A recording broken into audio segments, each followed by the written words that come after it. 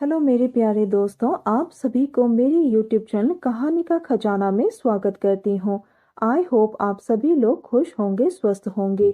चलिए दोस्तों, आज आप सबको मैं एक नई कहानी सुनाती हूँ। मेरा नाम समीर है और मैं यूपी में रहता हूँ।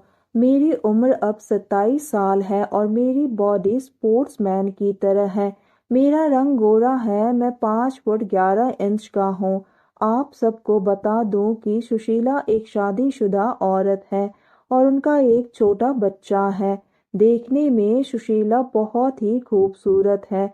उसके फिगर के बारे में क्या ही बताऊं, वो 29 साल की है। दोस्तों, थोड़ा सा समय निकालकर इस कहानी को अंत तक जरूर सुने। दोस्तों, आप लोग चैनल को सब्सक्राइब करना भूल जाते हैं। दोस्तों, आप सबसे रिक्वेस्ट है कि चैनल को एक सब्सक्राइब करें और वीडियो को एक लाइक करें। दोस्तों, आप लोगों की एक लाइक और सब्सक्राइब से बहुत ही मोटिवेशन मिलती है कि हम ऐसे ही कहानियां आप सबके समक्ष प्रस्तुत कर पाए। दोस्तों, हम बहुत ही मेहनत से कहानी लिखते हैं। आशा करती हूँ कि यह कहानी आप सबको पसंद आएगी। चलिए अब कहानी में आगे बढ़ते हैं और आपको यह कहानी सुनाते हैं। उसका पति एक एमएनसी में जॉब करता है और कंपनी के काम से ज़्यादातर वो फॉरेन टूर पर रहते हैं। मेरे पड़ोस में होने के कारण सुशीला और मेरे घर में सब एक दूसरे को अच्छे से जानते हैं। कैसे मेरे इरादे सुशीला के ऊपर बिगड़े और कैसे मैं उन्हें पटाया।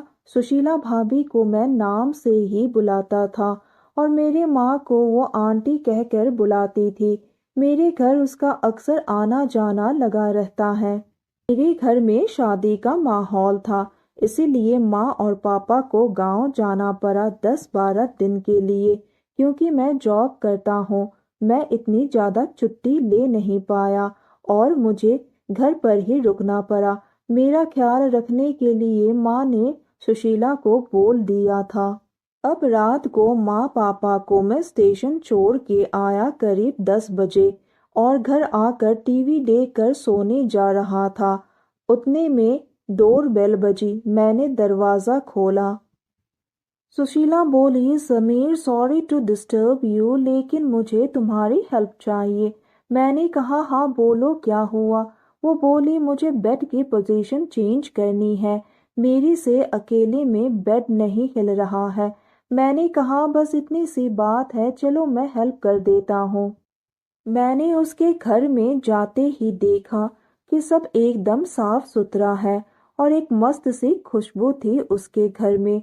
और बेडरूम में गया तो उसका बेड बीच में था।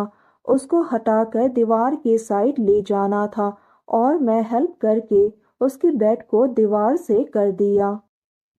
मैंने कहा, बेड हटाने की क्या ज़रूरत है, यहाँ बीच में परफेक्ट था।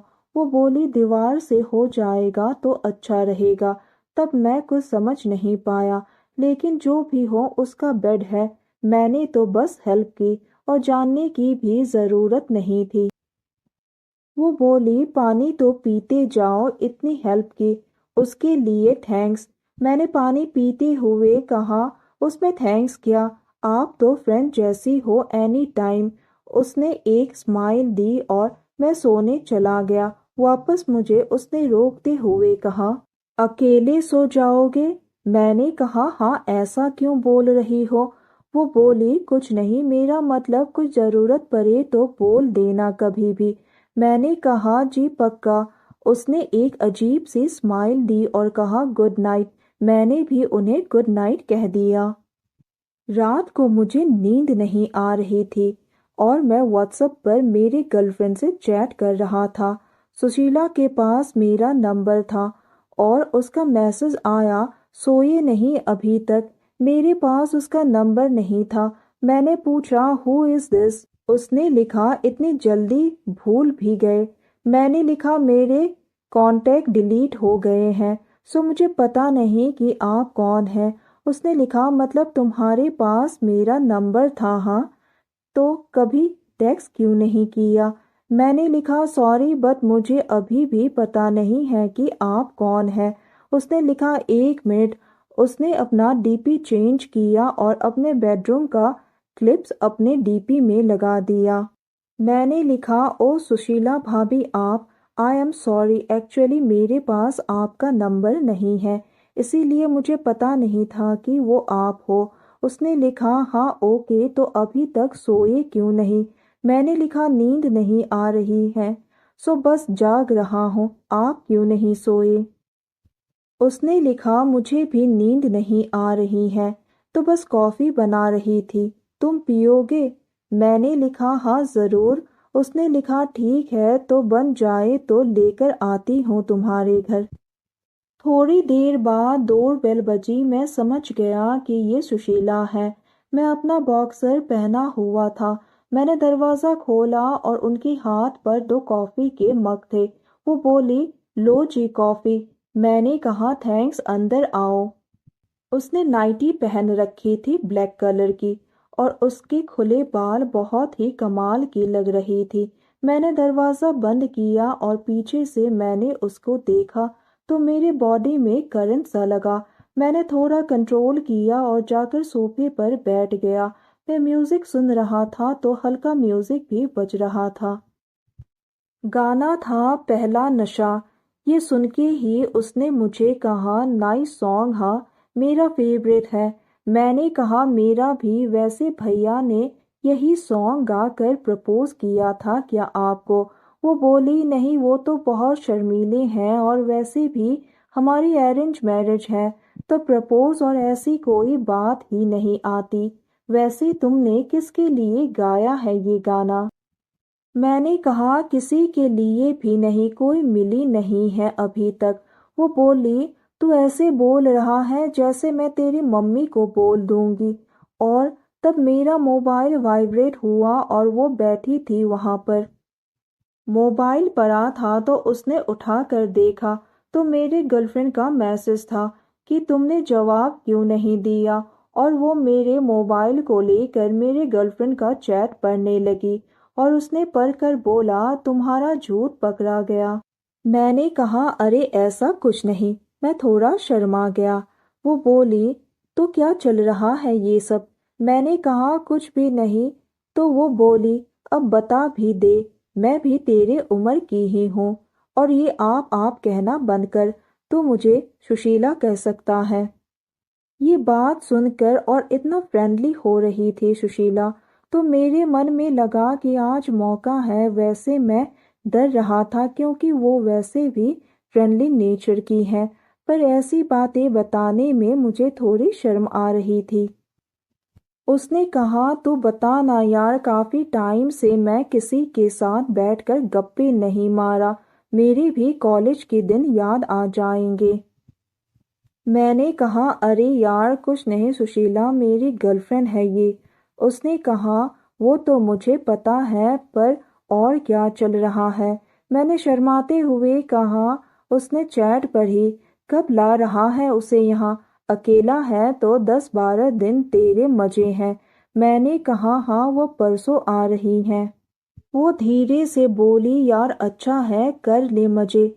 ये सुनकर मैंने कहा, बोल तो ऐसी रही हो जैसे आपको तो मजे हैं ही नहीं, आपकी तो शादी भी हो गई है, अब तो जी भर के मजे हैं आपके। उसने दुखी होकर कहा, काश ना हुई होती मेरी शादी। मैंने कहा, क्या हुआ सुशीला, कोई प्रॉब्लम है? तुम मुझे बता सकती हो, मैं तुम्हारी मदद करूंगा। क्या हुआ? भैया से झगड़ा हो गया, बताओ ना। उसने कहा, नहीं यार, भैया से झगड़ा नहीं हुआ, भैया को अभी मेरे में इंटरेस्ट नहीं है। मैंने कहा, ऐसा क्यों सोच रही हो तुम? इतनी खूबसूरत हो, ऐसा नहीं होगा। भैया को जॉब का टेंशन होगा इसीलिए। उसने कहा, जॉब का टेंशन पिछले 8 महीनों से हो रहा है। ये कहकर वो चुप हो गई। मैं उसके बगल में जाकर बैठा और कहा, डोंट वरी, कुछ तो सल्यूशन होगा इसका, आप भैया से बात करो ना खुल के। वो रोने लगी और कहा कि मैंने सब ट्राई कर लिया। मैंने कहा, सुशीला मत रो। अब मेरे मन में लड्डू फूट रहे थे कि अब शायद मैं उसके साथ वो सब कर सकता हूँ, पर मैं घबरा रहा था कि मैं अगर ऐसा कुछ बोलूँगा तो वो नाराज़ हो जाएगी। मैंने कहा, तुम मेरी तरफ देखो, तुम चिंता मत करो, इसका कोई ना कोई सल्यूशन होगा। उसने कहा नहीं है कोई सल्यूशन। मैंने कहा है सल्यूशन। उसने कहा क्या है? मैंने घबराते हुए कहा मैं हूं ना। वो मेरे से चिपक गई और मेरे गले लग गई। मैं भी उसे अपने गले से लगा लिया और उसके माथे पर एक किस किया और उसके होठों की ओर बढ़ा और मैंने उसके होठों को चूम लिया। मैं इस पल का कब से इंतजार कर रहा था, क्योंकि मैं उसके साथ वो सब करना चाहता था और मेरे दिल में लड्डू फूट रहे थे। मैं उसे पागलों की तरह चूमे जा रहा था। उसने कहा समीर, मैं कब से इस दिन के इंतजार में थी, आज मुझे सेटिस्फाइड कर दो तुम। मैंने कहा सुशीला, मैं भी तुम्हारे साथ इस दिन के सपने देखता था, आज मुझे यकीन नहीं हो रहा है। उसने मुझे एक चिमटी मारी और कहा यकीन हुआ ना। मैंने कहा आह, इतने जोर से कौन चिमटी मारता है। अब यकीन हो रहा है कि ये सपना नहीं है, हकीकत है। मैंने उसे अपनी गोदी में उठाकर मेरे रूम में ले गया और अपने बिस्तर पर उसे लेटा दिया। वो मदहोश हो गई थी और अपनी आंखें बंद करके गरम गरम सांसें ले रही थी।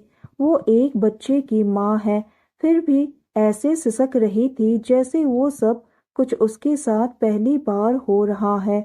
वो एक एक पल को बड़ी ही खूबसूरती से फील कर रही थी, मानो पहली बार उसे किसी ने प्यार किया है। और उसके बाद हम दोनों ने 1 घंटे तक एक दूसरे के साथ वो सब। इसी तरह से मैंने सुशीला भाभी और अपना अकेलापन दूर किया और अगले 10-12 दिन तक हम दोनों ने एक दूसरे को अपना समय दिया और प्यार भरे पल एक दूसरे के साथ निभाए।